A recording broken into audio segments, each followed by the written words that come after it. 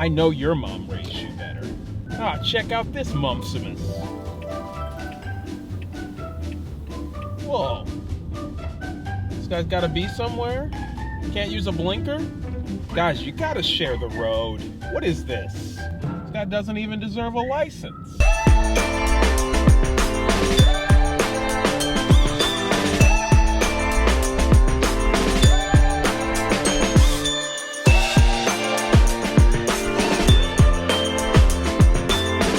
Hey, I'm John, and this is How to Be Human. Driving is at best a bittersweet experience for me.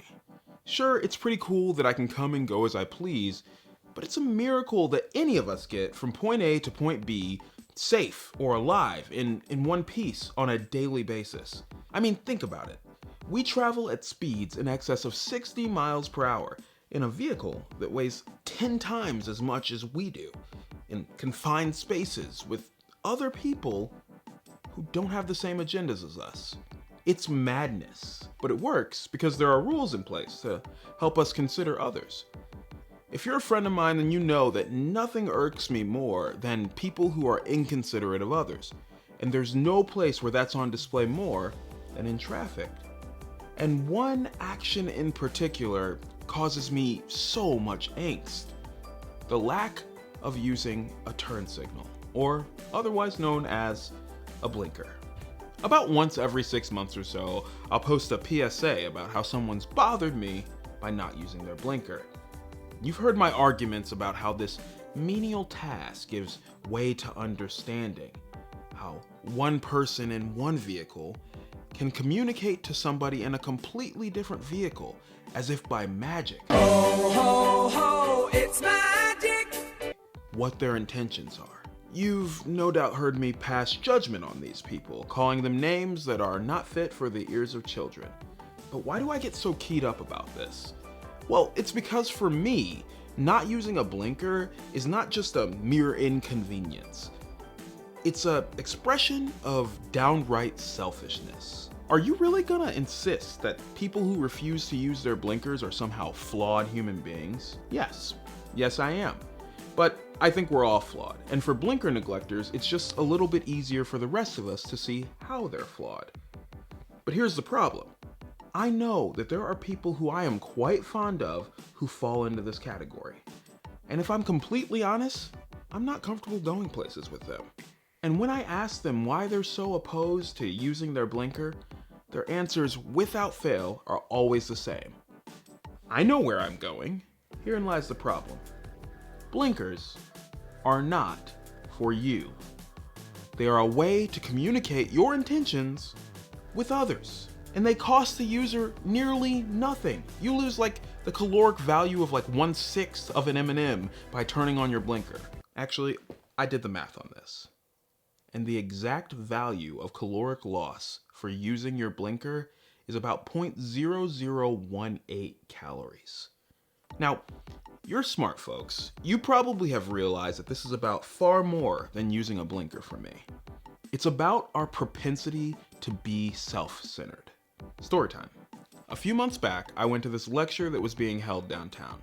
There was a panel of highly respected speakers. There was a Grammy Award-winning artist, a New York Times best-selling author, and a professor from a local university.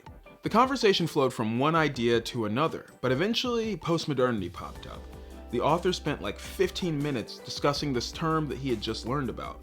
It was called radical freedom of the individual. He surmised that it had popped up within the last 20 years and that it was solely responsible for the dysfunction that we see in society today. It's simple. We all want to do what we want, when we want, and how we want. But we all intuit that this can't work. It's why we limit the amount of kids that can go into a bouncy castle at once. That much agency and disregard for the well-being of others can only lead to chaos.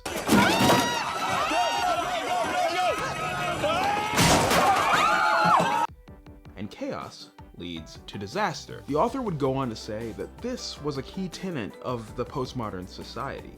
But that's the problem with radical freedom of the individual.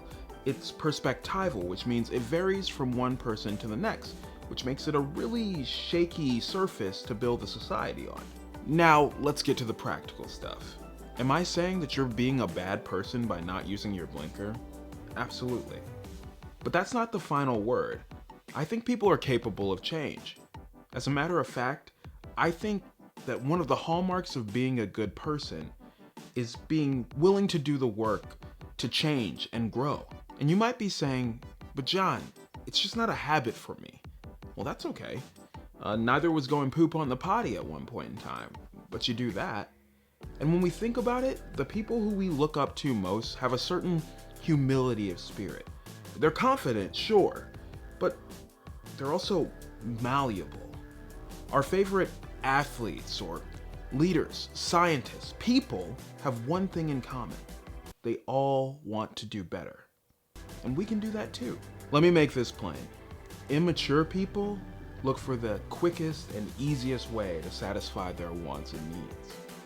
But mature people make decisions in a way that benefits others as well as themselves, even if it's moderately inconvenient to do so. And the blinker, well, that's just one way of showing that you give a rat's about somebody other than yourself. But how does this apply to other things in life? Are there other ways to show that you're considerate? Can you wait your turn for the bouncy castle? Every day, my wife and I leave the house at around the same time. And right before we part ways, we look at each other and we say, I love you, have a good day, play nice with the other kids. We're clearly adults, but this is our way of acknowledging that we still have some growing up to do, and we expect that the people who we interact with on a daily basis do as well. This is our little way of reminding each other to be kind and be gracious as we all figure out how to be human. Alright guys, thank you so much for watching this week's episode. This was actually the first episode of How to Be Human that I ever wrote about 2 years ago. I hope you enjoyed it. I'd be really interested to hear some of the other ways that you guys think people are inconsiderate or other really small things that actually say a lot. Be sure to like and subscribe, and I'll see you in the next video. Thanks.